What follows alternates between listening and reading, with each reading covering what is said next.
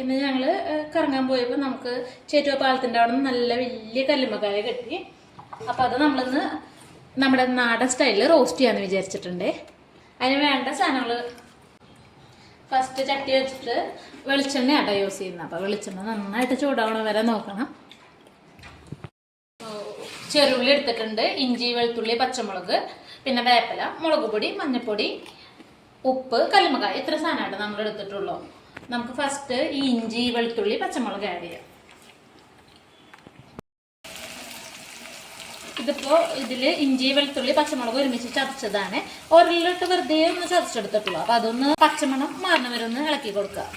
പിന്നെ അത് ഏകദേശം ഒന്ന് ആ മണമൊന്ന് മാറിയിട്ടുണ്ട്. അപ്പം നമുക്കതിലേക്ക് ചെറിയ ഉള്ളി ചെയ്യും, അതൊന്ന് ചതച്ചത്, അതരിഞ്ഞതല്ല, ഒന്ന് വെറുതെ ചതച്ചതാട്ടാ.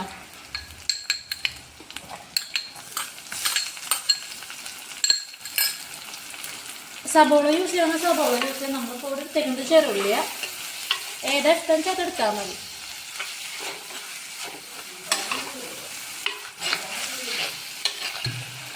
അപ്പോൾ ഈ ഉള്ളിയൊക്കെ ഒന്ന് വേഗം വേടാനായിട്ട് കുറച്ച് ഉപ്പ്, പിന്നെ ഇതിൻ്റെ കൂടെ ഞങ്ങൾക്ക് എരുന്തും കിട്ടിയിട്ടുണ്ടായിരുന്നു. അപ്പോൾ എരുന്തിൻ്റെ വീഡിയോ ഈ ഉടനെ തന്നെ ഇടാം കേട്ടോ. അതിൻ്റെ പിന്നാലെ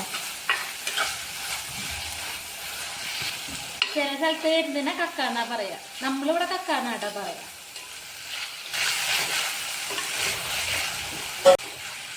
കല്ലുമ്മക്കായ ഇഷ്ടമുള്ളവർക്കൊന്ന് ലൈക്ക് അടിക്കണം കേട്ടോ. പിന്നെ ചാനലൊന്ന് സബ്സ്ക്രൈബ് ചെയ്യുക, അതേപോലെ ഷെയർ ചെയ്യാണ് കേട്ടോ. ഫ്രണ്ട്സിനൊക്കെ എല്ലാവരും ഷെയർ ചെയ്യണേ. എല്ലാവരും കല്ലുമ്മക്കായ കിട്ടുമ്പോൾ ഇത് ട്രൈ ചെയ്ത് നോക്കിയിട്ട് കമൻറ്റ് ചെയ്യണം കേട്ടോ, ഇഷ്ടമായ.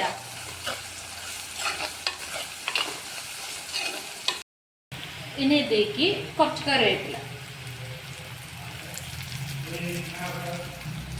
പിന്നെ ഇതിലേക്ക് തക്കാളി വേണ്ടവർക്ക് തക്കാളി ആഡ് ചെയ്യാം. അതേപോലെ തന്നെ ഉള്ളിക്ക് പകരം നമ്മുടെ സബോള ഉണ്ടല്ലോ, സബോള ആഡ് ചെയ്യാം കേട്ടോ. ഇപ്പം നമ്മുടെ ഉള്ളി പച്ചമണം അതൊന്ന് മൂത്ത് തുടങ്ങിയിട്ടുണ്ട്. അപ്പം ഇനി ഇതിലേക്ക് നമുക്ക് പൊടികളൊക്കെ ഇട്ട് തുടങ്ങാം കേട്ടോ. ഇനി കുറച്ച് മഞ്ഞൾപ്പൊടി,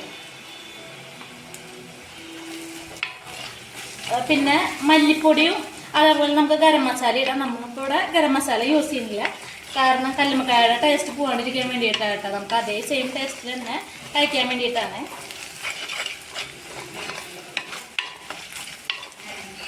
ഇതൊന്ന് ചെറുതായിട്ട് മൂത്താൽ മതി.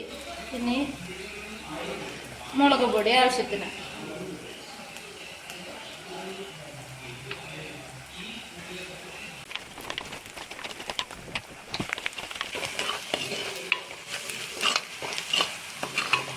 നമ്മളിത് റോസ്റ്റ് അല്ല, ഒരു ഫ്രൈ മോഡലാണ് നമ്മൾ എടുക്കുന്നത്. ഇത് വലിയ കല്ലുമ്മക്കായ കാരണം നമ്മൾ കട്ട് ചെയ്തിട്ടാണ്. നമ്മൾ 1 കിലോ വാങ്ങിയപ്പോൾ നമുക്കൊരു 8 കല്ലുമ്മക്കായോളം കിട്ടിയിട്ടുണ്ട്. അപ്പോൾ അത് നമ്മൾ നന്നായിട്ട് കട്ട് ചെയ്തിട്ട് തന്നെ ഇട്ടേക്കുന്നത്.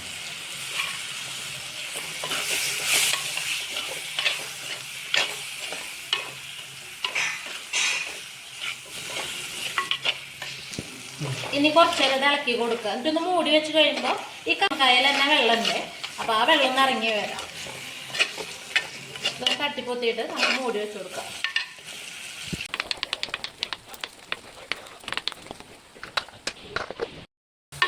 ഇപ്പം ഇതിന്ന് വെള്ളമൊക്കെ ഇറങ്ങി വരുന്നുണ്ട്, കണ്ട ഒരു ഗ്രേവി ടെക്സ്റ്റാണ്. അപ്പോൾ നമുക്കൊന്നും കൂടി ഡ്രൈ ആക്കി എടുക്കാം കേട്ടോ.